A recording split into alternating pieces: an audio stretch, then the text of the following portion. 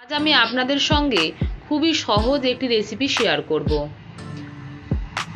রুটি কিংবা পরোটা সবার বাড়িতেই হয়ে থাকে, কিন্তু একদম নরম তুলতুলে পরোটা কিভাবে বানানো যায় সেটাই আমি আপনাদের করে দেখাবো।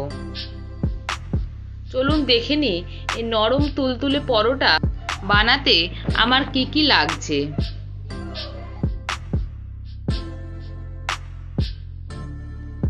এখানে নিয়েছি মেজারিং কাপের 1.5 কাপ মেপে ময়দা,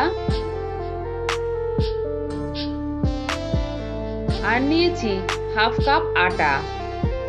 লুচি বা পরোটা আমি আটা আর ময়দা মিশিয়েই করি। আটা আর ময়দাটাকে ভালোভাবে একটু মিশিয়ে নেব। নিয়েছি 1/4 টিস্পুন নুন আর 1/2 টিস্পুন চিনি। 2 টেবিল স্পুন নিয়েছি সাদা তেল। নুন, চিনি, সাদা তেলটাকে ভালোভাবে আটা আর ময়দার সাথে মিশিয়ে নিতে হবে।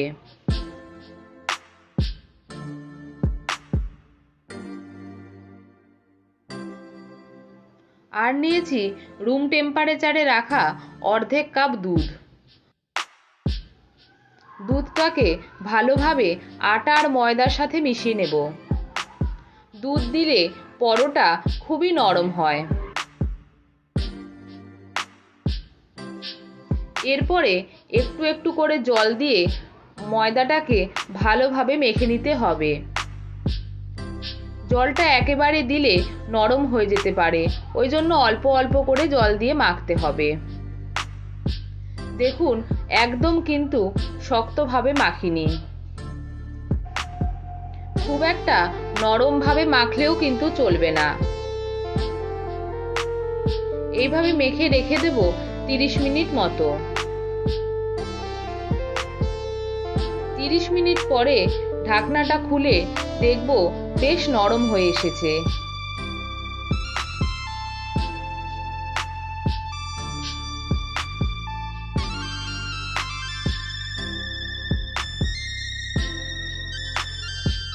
এরপরে আমি একটা একটা করে লেচি কেটে নিয়েছি।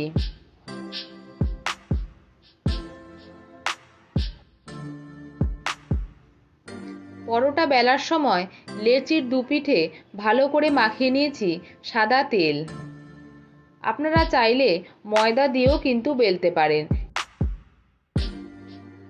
লেচিটাকে প্রথমে গোলাকার আকৃতিতে বেলে নিয়েছি।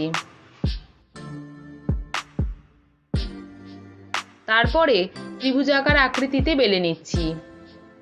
আপনারা চাইলে পরোটাটা গোলাকার আকৃতিও রাখতে পারেন, কিন্তু আমি ত্রিভুজাকৃতি পরোটাই বেশি পছন্দ করি।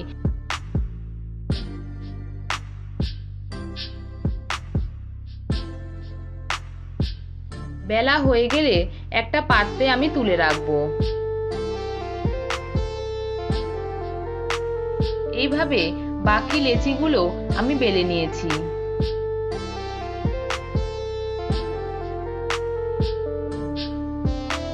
ফ্রাই প্যানটা একটু গরম হলে তাতে দিয়ে দিয়েছি 1 টেবিল স্পুন সাদা তেল।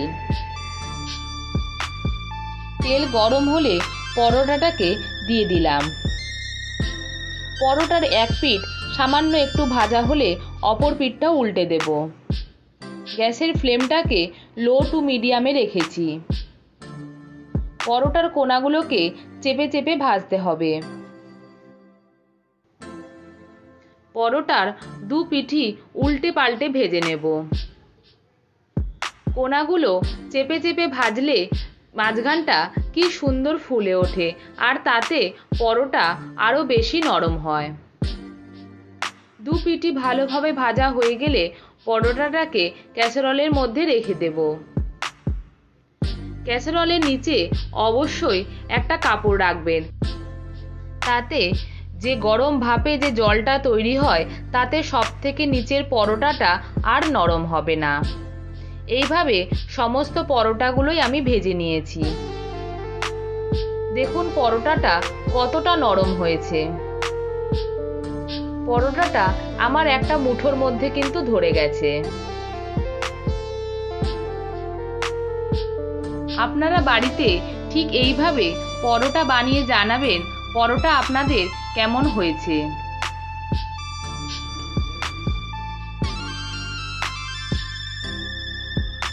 পরোটা আমি আজকে পালং পনিরের সঙ্গে সার্ভ করব। পালং পনিরের রেসিপিটা ডেসক্রিপশন বক্সে দেওয়া আছে। ভিডিওটি যদি আপনাদের ভালো লেগে থাকে প্লিজ চ্যানেলটিকে লাইক করুন, শেয়ার করুন আর সাবস্ক্রাইব করুন। সাবস্ক্রাইবের জন্যে পাশে থাকা বেল আইকনটা প্রেস করে অল করে দিন, যাতে আমি কোনো রান্নার ভিডিও দিলে খুব সহজে আপনাদের কাছে পৌঁছে যায়। ধন্যবাদ।